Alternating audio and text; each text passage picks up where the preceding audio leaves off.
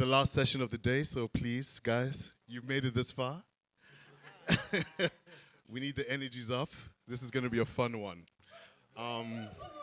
Welcome, welcome. Ha ha. Let's go. Who needs enemies? We are at the Unlock Your Songwriting Potential Masterclass, and we've been graced with 4 exceptional songwriters / composers in their own right.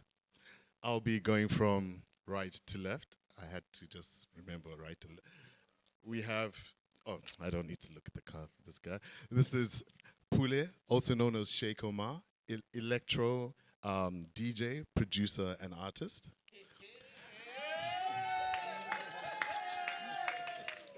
Next up, it's good to have friends. It's good to have friends. Next up, we have Mr. Majosi, who is a songwriter and artist. And right next to her, right next to him, we have Lady Paxton, a performing artist and a songwriter who doesn't need any introduction. And last but not least, a lady I met, actually so amazing, full circle. The first time I met Holy is, it was actually at the songwriting camp for the Puma Put Me On, of which 2021, of which she won. And here we are now. She's a fully fledged artist. Yes, yes.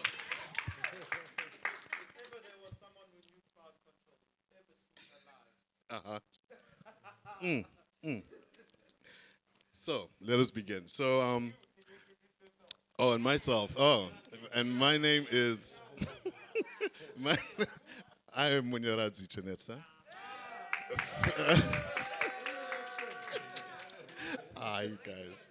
You guys are very emoty. So in this session, we want to really delve into the songwriting process, some of the processes you guys engage in when you're creating music. Songwriting also is not just about words and rhyming. It's very much, it's lyrics, it's got to do with melody, it's got to do with arrangement as well. You know, it's all of those things factored. So, I mean, all of these questions I'm going to ask, they're going to be like basically a table to the entire floor, not floor, to the entire panel. Oh, and by the way, I do want to have a Q&A at the end, just in case there's any aspiring songwriters and songwriters who have any questions at the end, and you can please fire any questions away. So, first and foremost, I'm interested to know, what is your songwriting process? And also, additionally, like, what comes first? You know, you always imagine, is it the lyrics? Is it the beat? Is it the melody? For you, how do you put a song together when it comes to songwriting? And yeah, I'll just open it to the panel. You want to start with Alpha? Oh, okay, I'm playing. Okay, so for me, it's different because more into like the computer side of it, the piano. Because sometimes when you're a DJ or like a producer per se, and there's no artist, already in your head you're thinking of something that can work on that particular song. Got it. You know, it's so different to like an artist who they get a beat maybe, you know, beforehand, or maybe they have got a session where they start the song from scratch. Then they can take a direction. Sometimes when you're alone, most of the time, you'll think of another, aspect of things, of that particular thing that you're creating at that time. Okay. So it's totally different when you're like a producer alone. And especially when you do like electronic music, you don't think of sometimes an artist, you think of the not the fans, but people who are at the festival at that time. Okay. Yeah. That makes sense. So, sorry, just before you pass, so for you being more of a composer, producer, when it comes to now, so you work more with songwriters, actually, you'd say? Yeah. Songwriters and the like. Yeah. So how do you choose, basically, like what draws you to a particular songwriter for a particular beat that you've just produced? Sometimes, most of the time, it's hooks, especially with electronic space. It's hooks more than like a verse or something like that, you know. But with other genres, it's more of like the holistic of the track, especially when it comes to like if you do like Afro pop, it has to have a meaning on a certain space or Yeah. level, you know. But with just to make people dance, it's more of the hook. If they can know the hook, it's important, Yeah. and the sound. That's Then a you've got them. bonus. Yeah, you've You've got got them. them. Yeah. Okay, super. Sir, We're not gonna do boy girl, boy girl. we No. can do that for Yeah, let's- sure. Yeah. Lady Paxton. Mm. So tell us about Yo. your songwriting process.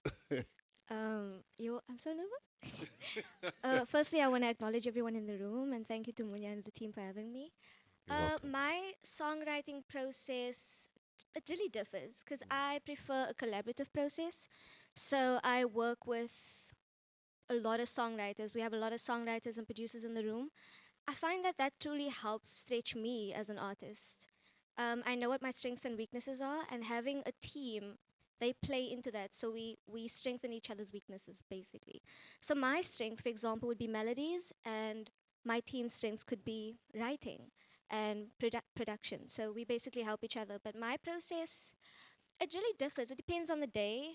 Sometimes we hear a track and we know that that's the one. Sometimes we have a melody in our heads and we know to start there. For me, it definitely depends on the day, but I try and do what the song requires from me. I find that when I listen to music, I try to understand how it makes me feel and what it requires from me lyrically, even vocally, and I take it from there. So that's my process. Okay, I see. Okay, you Nice, nice. Boy, girl, boy. For me, again, it varies from time to time. As a singer songwriter, I generally start off with myself and a guitar or an instrument, and I kind of just mess around and I just kind of sing whatever comes out of me. Because I also believe that we pull a lot of lyrics and melodies out from a source. You know, it comes from somewhere. So it's just about dedicating time to sit down and figuring out how to get that.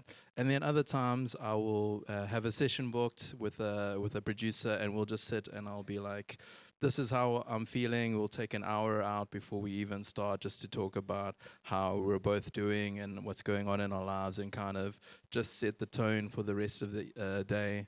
And we'll just start with a feeling, and then we'll just move from there. And sometimes I'm in a room with another 3 other writers, and we'll kind of share ideas and share melodies and things like that. And whatever's best for the song is always gonna come through. You know, there's no egos in the room or anything like that. And I think for me personally, I like to just keep it different all the time, do something different, try different things, and whatever works on the day. So, just before we pass on the mic, so you mentioned no egos, and you do what's best for the song. Because I mean, when you say that, how is that managed? Because there's a story when they did "We Are the World." Like I think, what did they say? Like Lionel Richie put "Leave your ego at the door" type thing, so everyone had that. It was very clear. So how do you guys not get into those kind of competition where it's like, eesh? I mean, it is competition. Is it a little? When you're writing with other writers? I think you've got to leave that at the door, man. There's got to be like a sense of maturity. Like, I understand sometimes people are young and hungry, or even like me, old and hungry, whatever it is. And you want you want to add a contribution to the song, so you feel valued. And but like I said, like if it's not going to make the song better, and someone else has an idea that makes the song better, then that needs to go through, because that song's not going to go to where it needs to go.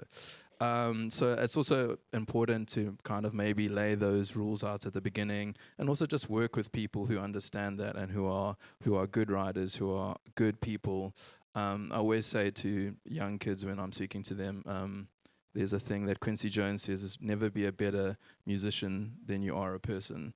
So if you're coming in there with the ego, trying to, show people over, it's not going to get you anywhere. Like, and there's always opportunities. Like, that opportunity at that moment isn't the last opportunity. Yeah. Okay, super. Holy. Hi. Talk to So us. when it comes to me, my process of writing, it's kind of weird though. but I feel more comfortable when I write around 12, 12 a.m. No, the midnight, yeah, midnight to till 3 a.m. because that's when it's quiet and it's a spiritual it's a spiritual time, guys. So if like I don't have a beat, I will make sure at least a hook is there, and then I'll get a beat on YouTube. But then the following day, I'll ask one of my producers to recreate that type of beat. Then when I'm there at the studio, everything is just easy. My verses are gonna come, the lyrics are gonna flow. Yeah, but so yeah, it's different, but at the same time, I can just go a studio and then like play some beats. And if the atmosphere is not, the energy is energizing, then everything will, like for reals, guys, it's all about energy. This is a spiritual thing that we're doing. You cannot play with it. So if the energy is nice, then come on, everything is gonna be easy. It falls into place. Yeah. So yeah. No, beautiful. I guess I guess the takeaway from that is that there actually is no formula with the songwriting process. You have to kind of find your own process that works for you, because everyone has described a completely different process. I'm interested. Can you go back to Alpha for now? Holy. How you mentioned sometimes you find a beat online, and when you mentioned that, I was like, so how has technology? How do you feel technology has helped in the songwriting process for yourselves now, in the day and age that we're in now? So I get my beats on YouTube, right? Sometimes. And then I recreate them, what I just said. So, damn, it's crazy because, they are licensed, those beats are licensed. So you need to make sure when it comes to melody, you kind of change some things on the beats, because they're gonna copy, like, I don't know, what is that gonna copy? What is this? Copyright. Yes, that thing. That one. Yeah, that one. So, because like I write at night, I cannot call my producer around 3 and say, yo, bruh, I need this type of beat, because I already have something in mind. I already have like a you hook. need to move. Yeah, I need to move. I need to write it now. Yeah, but so I would go to YouTube and get the beat, then write on top of it. Then the following day we go to the studio and record. Simple. Simple as So that. it's giving you very easy. accessibility. And I also did this other thing when I think it was COVID, during the COVID time. I was recording myself via my phone using what is that app? CapCut. I think it was CapCut or something. Yeah, CapCut. Yeah. I was using that. I recorded myself. I edited it by myself, and I was like, okay, I'm great. I'm not just a rapper. I can also record myself. Come on. I was like, phew, I'm multi-talented. So it was like.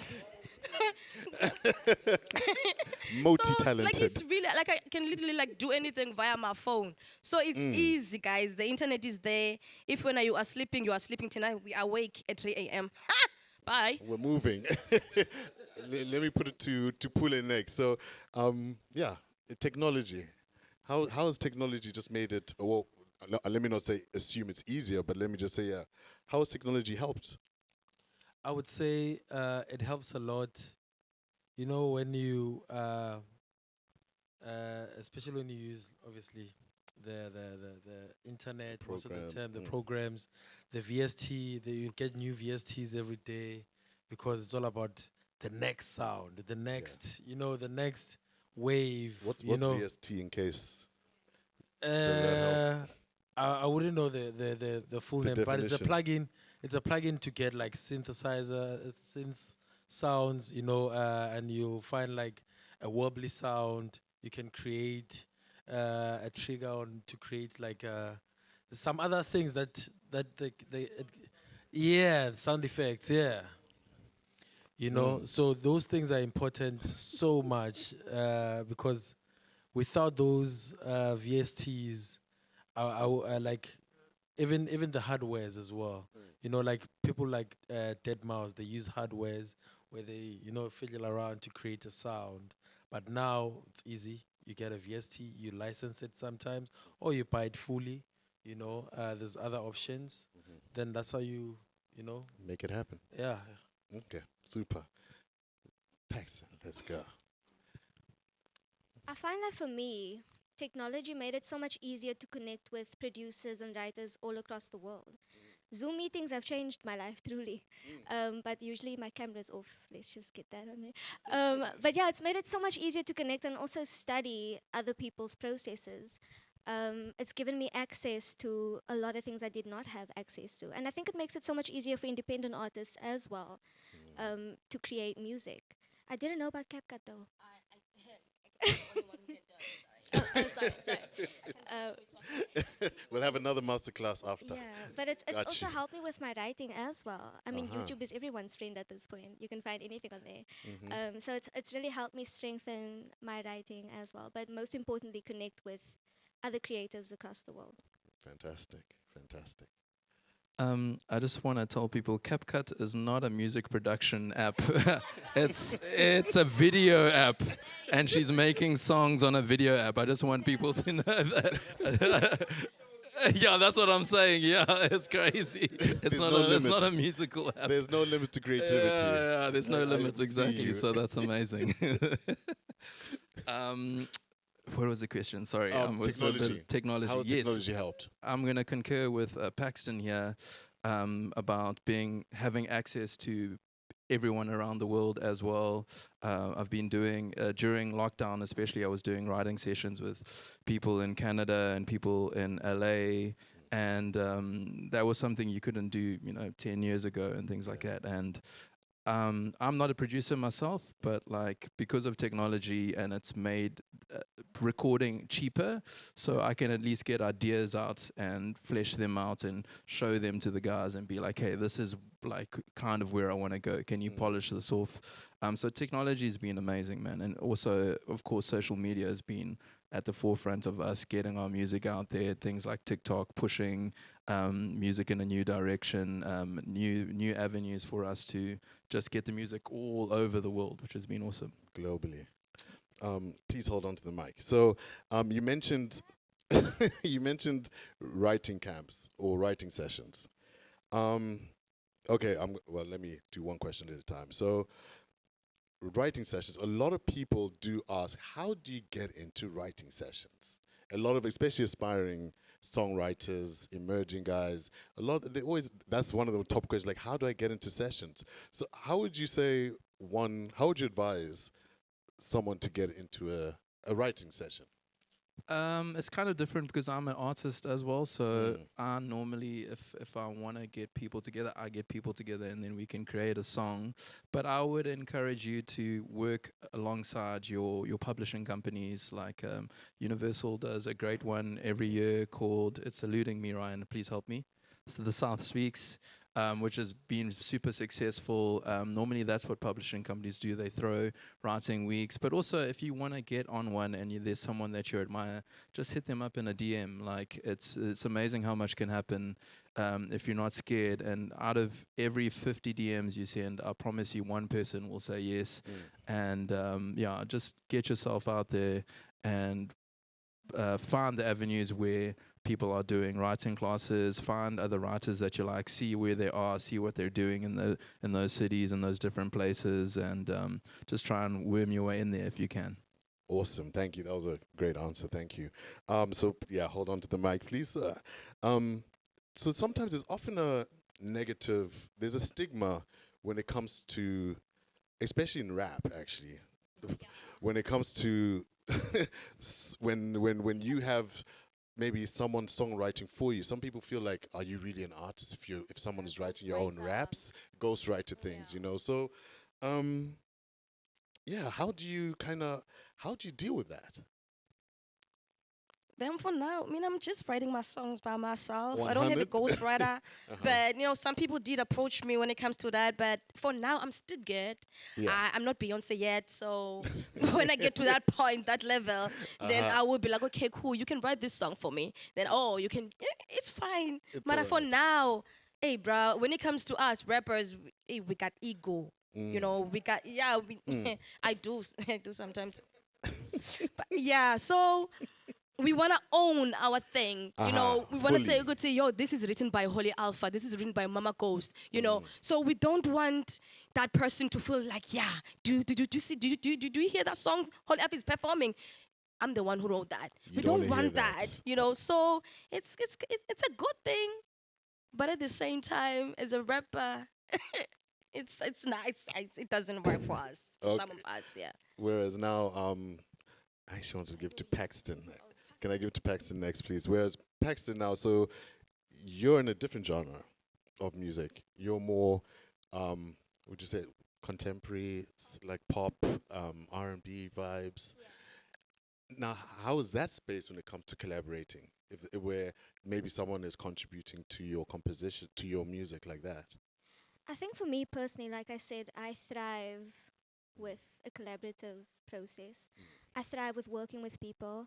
And for me, when I create a song, I love crediting because it's a team effort. I know that I couldn't have created that by myself. Yes. And I know that the gifts that we have were not given to us, just because, Yes. there's a reason. And I believe that everybody has something to offer, something that I might not have been exposed to. Yes. And I find that because the writers that I work with are actually artists themselves, so they expose me to different styles of writing, they expose me to different genres, different markets. And in that I learn and I grow. So if anything, I'm grateful that I get to work with people and credit people and offer them opportunities Yes. because they do the same for me. But yeah, we definitely leave egos at the door. It's very 100% important. has to happen. We need to respect each other and respect each other as creatives as well. True. That makes sense. Majosi, I'd like to ask you a different question. Actually, this is to everyone. Has anyone written a song for someone else here? No? I've written with other people. Oh, sorry. You've written for other people? With other With people, other yeah. people, With sorry. other people. And then it's been performed by someone else? Yes, yeah. Okay, and Pule, you've also written for other people as well? Yeah. Okay, so have you written within your own genre which you're comfortable in? No, at that time I was comfortable because I was in a different space where you work at a record label, you see artists every day. Obviously, when you're creative, things change. I wasn't thinking that like I'm a producer per se. It was like, hey, dude, let's mess up with this song. Yeah. Then recorded. Then the guys liked it. Then they used it. It was released at that time when CDs were still available. I was still young. Okay, that's quite a while back then. A Actually. while back. Yeah. Yeah. Majosi, so have any of you had to take yourself out of your comfort zone? And when I say that, your genre, the genre which you're comfortable in, and actually explore writing in another genre that's not more challenging for yourself? And how was that experience, if that's the answer? Yeah, I think that's. I mean, even as artists, I think you have to do that. You have to stretch yourself and be like, what is the music I'm making now? Is this the same as before? Am I challenging myself? Am I trying to stretch my imagination? Am I absorbing different things? Am I giving my fans something that is still intrinsically me, but something that is different, fresh, and more exciting? And I think that's, especially songwriting, that's an avenue you can kind of explore more and more and do something different, because your face isn't attached to that. Yeah. If a songwriter who's not writing a song for yourself, if you're writing for someone else, you get to explore different genres without worrying about the consequence of alienating anyone. Most of the big songwriters in the world write for R&B, they write for country, they write for pop, they write for K-pop. They're across everything. So I think for me, that's what I hope to do, but I'm still kind of writing for myself and then a little bit for my friends and writing with other people and doing collaborations. But hopefully that becomes something else where I just start writing for other people and just having fun with it. And does that help? And actually, this is going to be a question as well. Does this help improve your writing skill when you are stretching yourself? And is that the only way you improve as a songwriter? How do you get better as a songwriter? I think the best way to improve is just to keep writing songs. Get those bad songs out there that are in, and just keep writing, keep learning, write with other people, because it's important to hear what other people say and hear their ideas and hear their creativity and hear the way they approach the songs. Because everyone has got a different experience and they approach things differently. So it's important, like I said, to to leave those egos at the door and absorb that knowledge and understand. I will say in hip hop it's different because egos are part of the culture. Yeah. You need to have that, like, come on, like I'm the best, I'm the Ferocious. best MC. Yeah. No other people are writing for me. Like it makes total sense in that. Like it has to be like that. There we go, exactly like that. But for me, man, it's like we're trying to create something that is magical. Songwriting and creating something is magic. Yeah. That's It we've is. created something out of nothing, Yep. and to work with other people to share that magic is really special. Absolutely. So let's do it together. Absolutely, I agree with that fully. Holy, have you ever been hit by writer's block? And if you have, where the juices just aren't flowing, the beat, and what do you do when you get hit in such way? Or if you ever have been, what do you do in those instances with writer's block? What do you do in the instance where you're just not able to write? You're not just feeling, you're not flowing right now. What It's do you crazy. do in those instances? It's all about energy. It's all about energy. When I'm in the Okay. studio, right, and the producer is there, the atmosphere is just not there. I'll end up Yeah. writing work. Oh, is this one gonna be on TV? Ne? I think it's just Almost a recorded. work. I'm gonna end up writing We'll beep you. work lyrics, Tracks. lyrics. So, hey, bro, I've been through that like so many times, and I ended up like living the place, and I'm like, I'll end up saying, oh, I have a headache, I'm sick because I'm not feeling this. It's not there. It's just not the one. Please, guys, let's connect. Like, I'm a spiritual person. I'm a very spiritual person, Uh-huh. and if like I feel like, my bro, you're not doing this right, bruh. If I want this to be like this, and when you cannot do it, I'm leaving. Out. I'm out. I'm good. Yeah, but then we're gonna talk the following day. I'm like, hey, my bro, I'm sorry. Hey, I had to leave because this and that happened. I didn't feel the vibe. Yeah. And you try again. Energy is important, guys. And you try So again. I feel like I'm gonna cry, but I'm not. Paxton, have you suffered writer's block before? I 1000% have. We've had days on my first project. We had days where nothing came from it. We'd sit in the studio for hours, going from track to track, lyric to lyric, melody to melody, and it just wasn't working. But I'm so grateful for those days because, like she said, energy is very important. We all need to be aligned and we all need to understand the vision. If it doesn't suit the vision, it's not going to work. You cannot force songwriting. You cannot force music. And you cannot limit music either. So there are definitely days where it works. There are days where it doesn't. And that's okay. Because I find that with those days, I beat myself up. And I feel like I am incapable of doing what I'm supposed to be doing, what I've been called to do. But in those days, you learn so much. And it also teaches you patience. It teaches you to trust yourself as an artist as well. But I've definitely had those days, yes. No, okay. Yeah, it has to, I'm sure, everyone.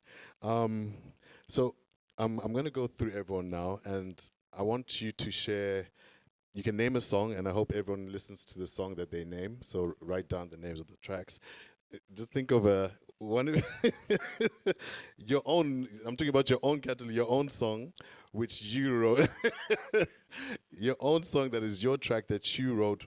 One of your favorite songs that you've written and why. So name the song, one of your favorite songs that you've written, and just explain what do you feel, what made that song special for you? And for me, more of a producer, I would say sometimes instrumentations that I've created where like there's no lyrics, but it's like a song, a beat that it's already out.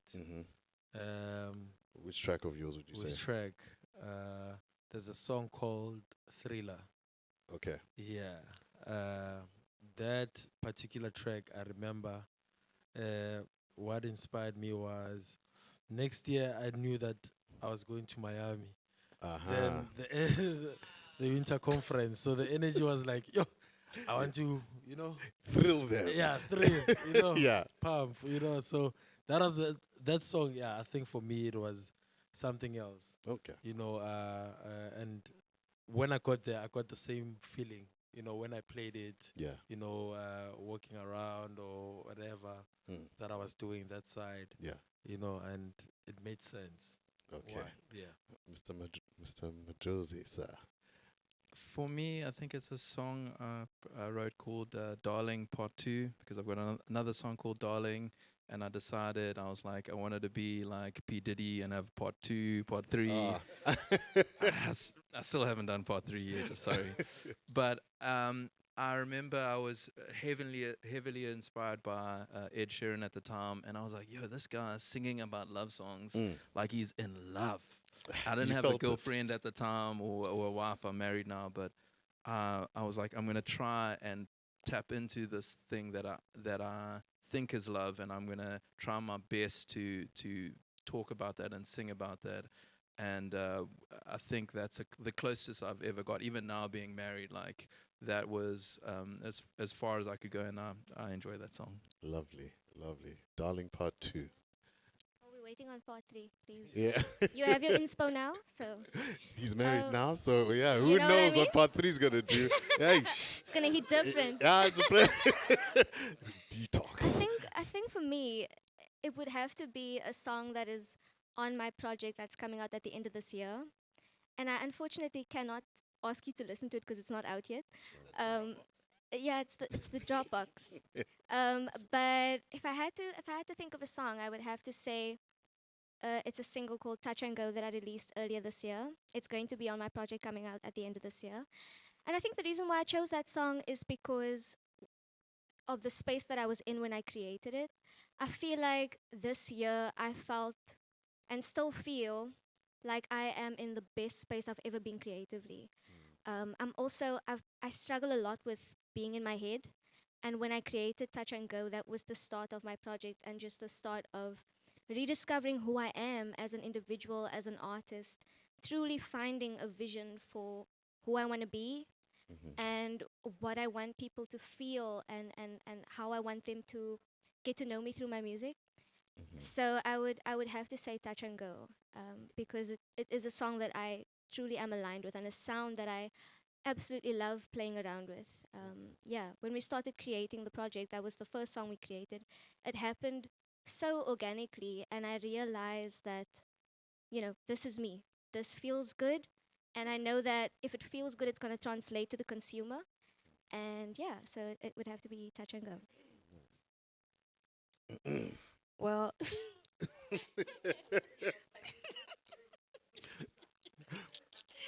no, for me, it's Ghost. It's Ghost. When I was creating that song, guys, I recorded that song 4 times. Yeah, I created 4 times. I recorded it for like 4 times, and With different lyrics each time, or were you switching it up, or you just? I was changing like lyrics, but it's what's the same concept, like Ghost, But Okay. it was changing lyrics only, and it was the same beat. So I recorded that song 4 times because Benzo said I must re-record it 4 times, and then we must choose the one that we're gonna, actually drop. And I remember this other day at night. It was at night because I do things at night. And I was listening to this song and I was like, okay, you know what? I'm gonna change it for the last time. The lyrics, just in the beginning of my hook. My verse. Just in 4 lines. Let me just go Vanek on it. Okay. And when I did that, me and my ex-manager, like, we were fighting about it. But no, people ain't gonna like this song, blah, blah. And I was like, I'm gonna do whatever I want because this is my song. I know what they're gonna like. Yes. I know my people. So I recorded the song. I went Vanek on it, and then boom, it made me. Come on. It made me. Come on. That was the birth. Thank you guys. That song. I always say that was the birth of Umama Ghost, my alter ego. Okay. Yeah. Do you have an alter ego? You do? I feel like every artist should have it. Like, guys, come on, man. You should like her. Where you can Come just. on. Like, everyone should have please. So yeah. Goku vibes. So like that was the birth of Umama Ghost. Ash, man, come on. Flames. Come on, Okay. Flames, I'm No, sexy, man. I look forward to listening to all the songs that you guys have mentioned. Are there any songs that you guys have written that have surprised you that perhaps when you performed them, you're just like, wait, maybe it's a song you probably kind of overlooked that you didn't think anyone would think much about? Or, you know what I mean? And then suddenly you're seeing people are word for word. Those kind of vibes where you're performing your song and people are they're catching the lyrics, they're on it, word for word, and you're just like, I didn't think this one, but do you have any tracks like that? Yeah, I have that one song. It's not one song. Yeah. It's called Gondile. Okay. And it's actually kind of like, it's catchy because I rap in Xhosa, so I have to make sure get my lyrics are really catchy because not everybody understands what I'm saying. But I Definitely. have to make sure that they are sing along hooks. I make sure that my hooks are catchy. So it's Gondile. I was like, "Exende kulela pekasi and your ba Gondile." I'm gonna end up standing up and performing, And start guys. So perform- like, let me relax. Except Gondile. So it's Gondile. Like, yeah, I didn't expect that though. It's still trending right now on TikTok. Yeah. So like, it made me. That song also made me too. So shout out Gondile. Shout out, man. Has anyone else had a track like that? No. Oh, you're thinking? Okay. Okay, no problem. The original Darling was the song for me that kind of we originally, when we were going to release a song, we had another song in mind to release, and then I kind of like I wanted Darling to be the single we were going to release. I didn't push too hard for it, but then the label at last minute agreed to actually change the release to Darling. And then at the time I was traveling a lot around the country doing shows. I was still fresh. I didn't know. I didn't listen to radio. I didn't do much. And then radio stations kept calling and they were like, "Hey, your song's #1." And I'm like, "What radio station is this? I don't know who you are." And it kept happening. You go to the shows, people are singing back, and people would put it in weddings. And then I was like, "Oh, wait a minute!" Like people love the song, and it was definitely a surprise to me. Yeah. That was. I think for me, it would have to be my first single I released as a recording artist. Okay. I released it when I was 17, which is partly why I was nervous to release it. It's called Angifune. And that's why I was scared. I was very scared because it was the first time that I explored with different languages. And because I wanted to add some vernac in there, I didn't want to offend people. So I was very scared of that. I called like 7 people that I knew that spoke Zulu just so that I get the pronunciation right. Correct. But I just knew that that's what the song needed because it's a very spicy song. And if I had said it in English, it wouldn't have hit the same. That's my next feature. Yeah, that song. And it did so well. Even kids are singing along to it, which is partly disturbing because of what the song is about. But I'm just grateful that so many people could relate to it and that they could, catch on. I mean, this is South Africa, Yeah. Thank you. Do you find Oh, did you want to answer? Oh. Yeah. Okay. Do you find? I'm glad you touched on languages. When we're now writing in different languages, that kind of experience is that. What is? Do you approach songwriting different if you are writing in a different language? Basically, that's not English. Like I said before, I do what the song requires of me, how it makes me feel. Usually the song reveals to me what it needs. So we knew from the get-go that because of the production and because of the type of genre that it was, it's initially like an Afro-pop song. So I knew that I needed some spice in there. And the English was just not spicing for me, guys. So It wasn't doing the things. the approach isn't different. For me, personally, with that experience, the approach wasn't different at all. Still the same. Holly, were you saying you felt it's different, or is it not? Well, I used to rap in English first, like when I started rapping. So, but I didn't like what you said. It didn't hit, like when I was rapping English. I couldn't tell my story. Like I couldn't like even explain what I was saying in English at that time. hey guys, I don't know even. It was not English. The English was not Englishing, but I couldn't even like. I didn't know who I was, you know. Okay. Then when I started going Vanek, rapping in my own language, I found myself. That's when Mama Ghost came. Uh-huh. So that's when Holy Alpha was like, okay, cool. This is what I wanna do. I'm ready. Let's Straight. go. So I do have an English song. Like it's a very beautiful song. Can I put you on that song though? We can exchange But numbers. it's a good song. I'm telling you, it's gonna be a whole English song. So I'm trying to like, because I've been rapping in my own language. Yeah. So this one, let it be just all English. But is the approach different now when it's Mama an- Ghost or oh, it's when you're a- talking it- holy? It's holy. Oh, thank you, because I'm two different people. Exactly. So is the I- songwriting approach different? It's different. It is different. It's an Arabic song. So like the approach is different. I'm two different people. How did you know? So like guys. Uh-huh. Okay. I don't know if anyone else. No. Okay, I'm gonna touch on when songwriting and when you're in studio making music, I'm very interested to know, how do you guys approach, and it's now going a bit more on the admin business side of things. I want to talk about like split sheets and having those kind of conversations when you're doing songwriting and when you guys are doing those things, because I've often heard situations that I'm assuming you all do split sheets. Mm-hmm. Yes. Yeah. I've heard often that people feel that it kills the vibe in the studio.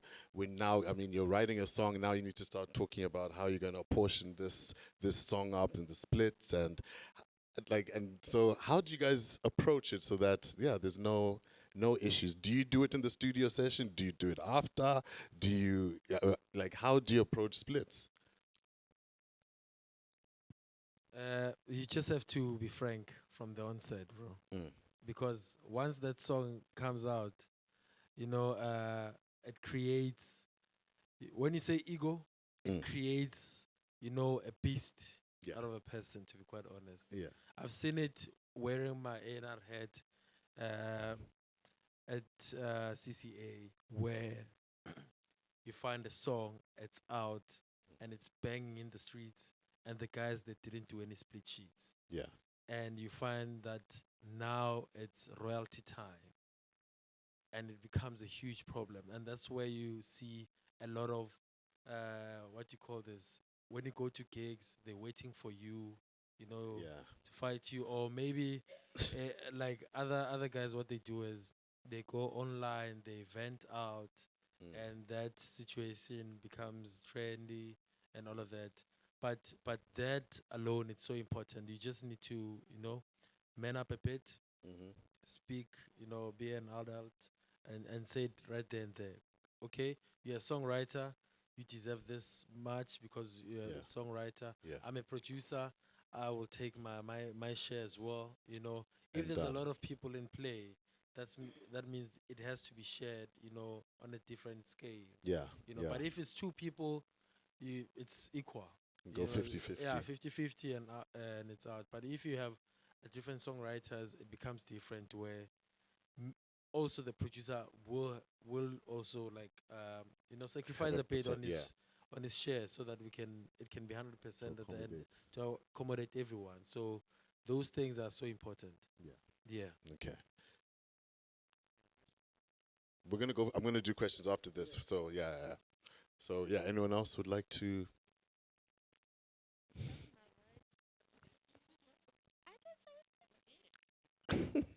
Like Pule said, communication is very, very important from the get-go. It is a little bit tricky working with more than, two people on your team. But yes, communication is key. But one thing we also need to remember is the music is what's important. For me, I like making sure that my team is good, that we are all on the same page. So we get that out of the way with, for sure. But I understand that when it comes to, release time, people can get, Bit tricky. the pressure is Yeah. getting worse. Yeah. But yeah, communication is definitely key, and also just working with people who respect your craft and Ah, understand that music is also business is a part of what we do. yeah. But yeah, So quickly. So when do you have those chats? Because that's often I've heard asked people like, when do we talk about split sheets? Like, when is a good time? Is there when? So in your experience, yeah, when do you guys have the chats about how you're gonna split up the song? Is it after the song is immediately done in the studio, or do you guys just catch up the next day? I don't know.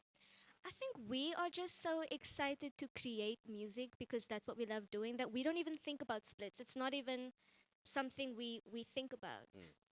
Sometimes that conversation happens after, sometimes before. I think it depends on the person and also whether they are signed or not. That also plays a huge role in that Yes. conversation. But with my team, we just love creating and we love creating with each other. So that's what's most important to us. But that conversation happens. It depends really, before, Okay. after, but it needs to be had. It has to be Definitely, had. yeah.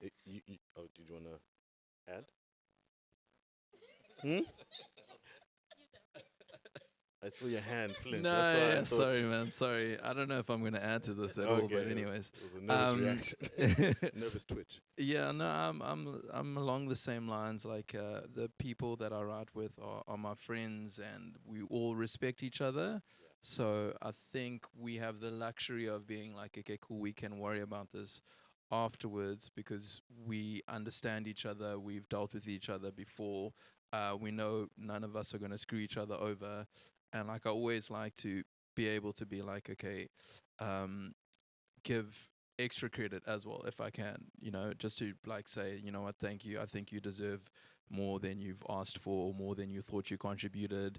And sometimes, I mean, sometimes guys won't even ask for anything, they'll just be like, don't worry about it, like we'll get it on the next one. But obviously you can't do that in the grander scheme of things. Like you should have things in place to protect yourself and protect your music, and be able to just go further and have a system in place so that people understand what it is when you get there. So don't work the way I do, please. Paxton, you mentioned if you're signed or not. So signed to a publisher. Is Yeah, that you've a publisher, depending on your deal as well. mhm. Yeah. So being signed to a publisher, what advantages do you find as a songwriter being signed to a publisher? There are a lot of advantages. There's a lot of things that I myself don't need to deal with. And that's why I say that independent artists, my heart goes out to them because they have to do all the work. It's really difficult. And when I entered the industry, I didn't know that it was actually 70% business and 30% music. That was something that I discovered, and connecting with other artists, hearing their stories, and hearing this, because after the pandemic, a lot of us struggled, and I think more so independent artists, and just seeing everyone now coming into their own and flourishing and really educating themselves on the industry that they are in. I think that's also very, very important. Okay, super. I think I'm going to open it up to the floor. If anyone has any questions, I'll use my mic and then nothing backtrack. Thank you. Thank you for a very informative session in terms of the masterclass of music writing. My name is Tsidio, so I work for Good Hope FM as a music compiler. The question I do have, and any of you can answer this, but something I have seen in the past, and I'm sure many here as well have seen and noticed. Casper Nyovest, when he wrote his song Titomboweni, people did not really resonate to it in a manner of what I would assume he would have expected. Drake as well, when he released his songs, when it came to him and his collaboration with Black Coffee, people expected Drake to get him in their fields, as we are used to and accustomed to, singing and everything and rapping, but it was more house and everything. People were not really resonating to that, and eventually they caught on. With any of you, in terms of the artwork you've been able to produce and put out, Casper didn't resonate at first, yet this is the same person who, at Johannesburg FNB Stadium, after Beyonce and Jay-Z were done, he shut the place down with Titomboweni. Everyone's going insane. I was in front of the stage singing word for word, but he left his soul there. Has it ever been a time where you actually written a song and you feel like, okay, this is it, but when you put it out, it doesn't do as well as you would have expected? And when that happens, what do you then do as far as either constructive criticism or saying, wait, they will eventually catch on? Which one do you actually do? Who's going to take that one? That's a great question. I'll try. What? You've actually got to answer. I'll try. I'll try to answer it. I saw this thing with Rick Rubin speaking about creativity and how we shouldn't be thinking necessarily just about the audience and the audience that's listening. First, you should be thinking about yourself, and if you enjoy the song, do you really, really enjoy the song? Do you believe in the song? Because that's when the creative process is the most fun, is the making the music, getting to the end of it and being like, wow, I'm really proud of this thing. It has me in it. You know, it doesn't have anybody else. I'm not trying to be anybody else. I'm being myself, and I really enjoy the song, and I'm proud of my song. Then you share it with the people in the world, and then it's out of your control. Whatever happens. It's up to, you know, you can market it, you can do other things, you can have a marketing team, you can do your dances on TikTok and whatever, but that is still, the way people perceive it is out of your control. So I think it's really important to, up until the point of handing it over to people, be really, really proud and give the song a chance. Like you are right. There's a lot of songs that maybe initially people don't respond well to, or it's a slow response. But if the song is truly good and it is special, it will get its time. We're seeing things like now on TikTok with that. I'm forgetting the name of the song. If only I could make a deal with God, or whatever, that Stranger Things song. Yeah, You know what I'm saying? Which is like 20 years later, really got famous. Like, I don't think it was that famous when it came out. Yeah, sorry, I sang it really badly, sorry. And now, only now. Sorry, I can't remember. Yeah, I'll try, you know, whatever. But 20 years later, the song was a good song, and in its time, people didn't understand it, but now it got its time to shine. So I believe good art will get its time. So you've just got to just keep making and creating. Just keep making and creating.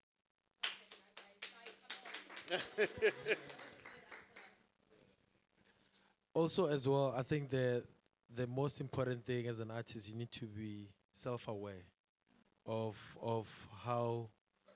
who you are as well. You know, because sometimes you love that song so much, it hits hard in the studio, you know, and all of that.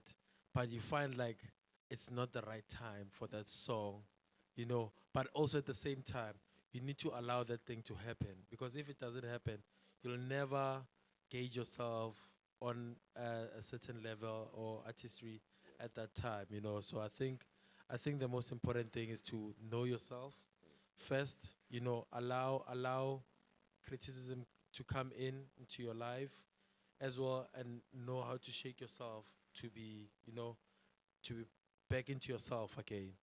Then that way you'll reach, you know, flourish. Yeah, you'll flourish. Yeah, for such a long time. Super. Next question. Oh.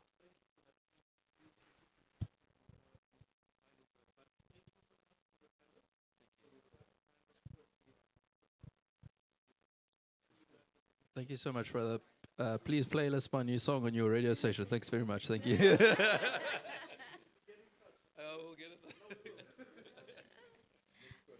Hello, my name is Cynthia Zuluni. I am vice chair of the UCT choir. I have two questions. With regards to AI and, you know, about ChatGPT, what would you say that songwriters have that AI does not have?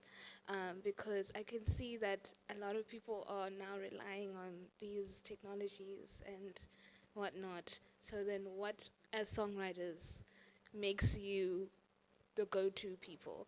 And my second question is, with regards to writer's block, what advice would you give for people that have writer's block, motivated by no confidence? Like, how do you jump that hurdle of not having confidence as a songwriter? If I'm making sense, I'm sorry. I'm gonna answer your second question. The AI one. It's not mine. Okay. When it comes, damn, I grew up.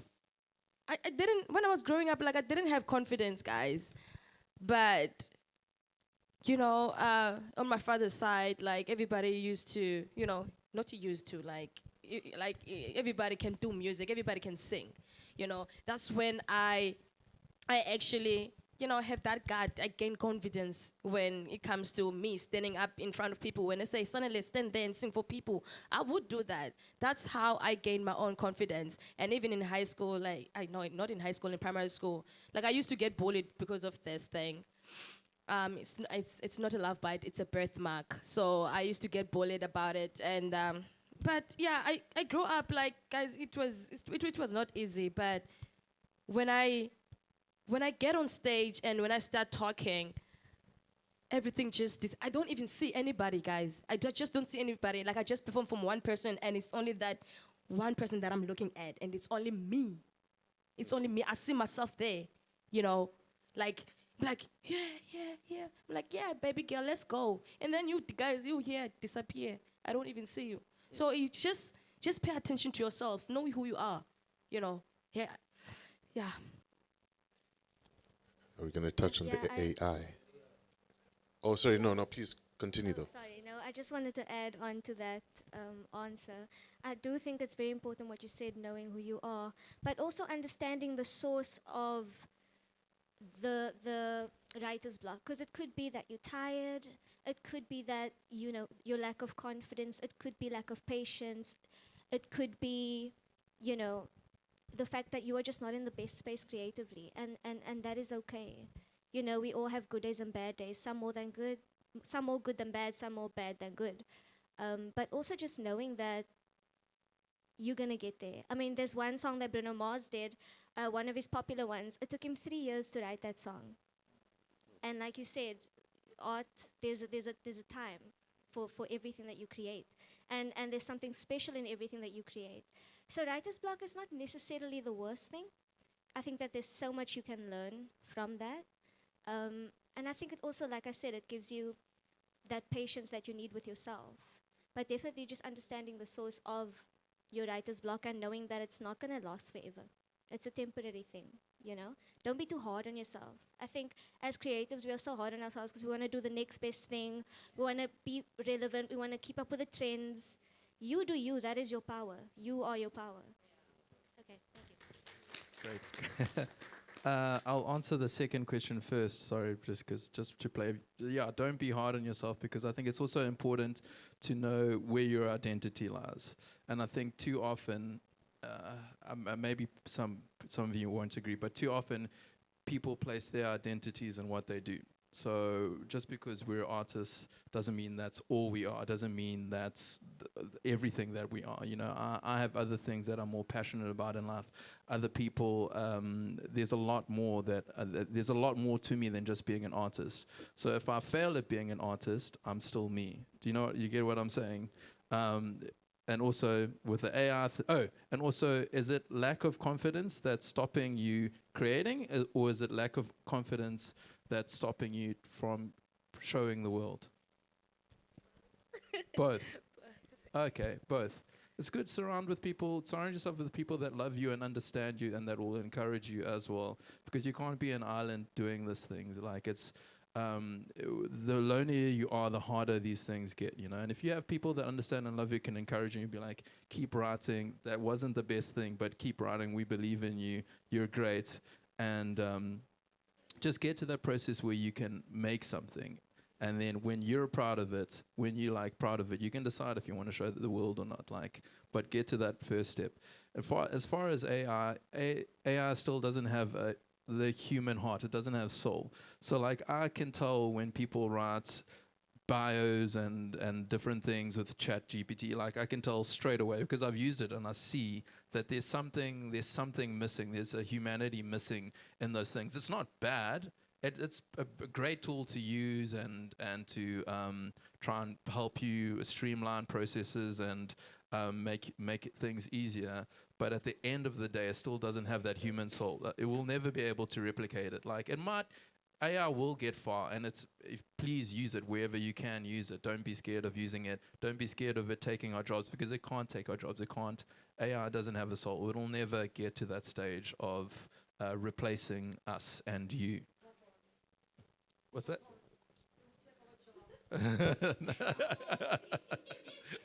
Listen, yeah.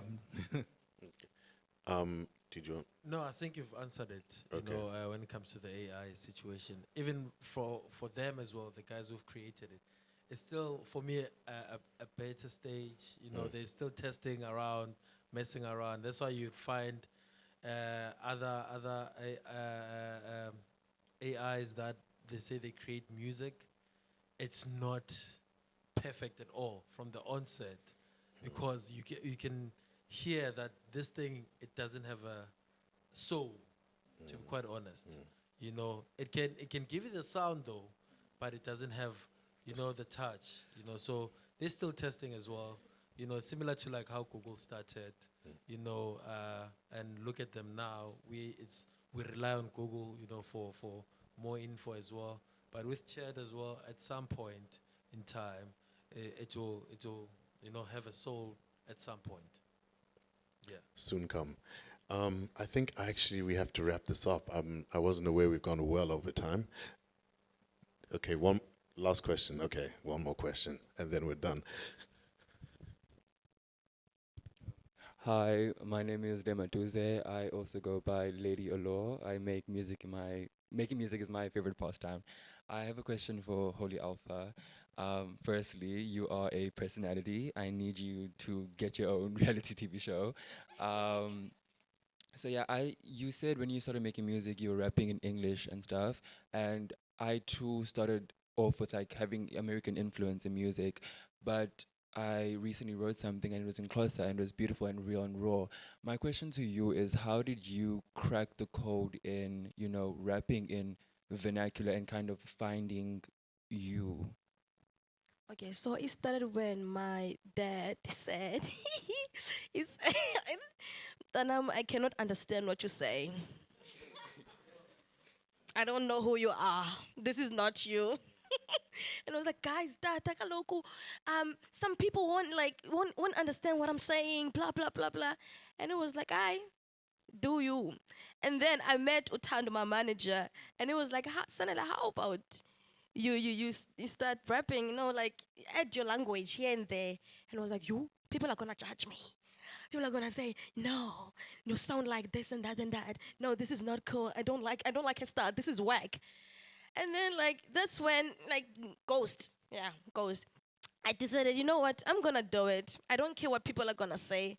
I'm just gonna add these few lines, 4-5 lines of Xhosa, and then boom. That's when I found it was like, ekasi kugcwele amashumi kudala abazima amalungu ebusuku bahamba ngempunu bava inhlungu ndiyibakhulu ndenza okay yabo. And I was like, that's so like, it's crazy, but like, yeah, I'm here now. So what you gonna do about it, huh? I'm hungry. I'm gonna get everything that I want. So like, yeah, that's Mama Ghost, baby, for you. So yeah, that's how we started, Buffett. Thank you. So you should do you, man. Yeah, do you like get comfortable with it? Like it's not that difficult. It's easy. Yeah, bo. Yeah. Awesome, guys. Yeah. Come on. We're going to be wrapping up now. I just wanted to first and foremost say thank you to all the panelists. Thank you for all the insights. Thank you for the advice. And yeah, we look forward to the songs you mentioned. We're going to have a listen to them. And yeah, we look forward to the futures. All good. Happiness. And thank you guys for listening, everyone in the crowd. We see you soon. Sharp.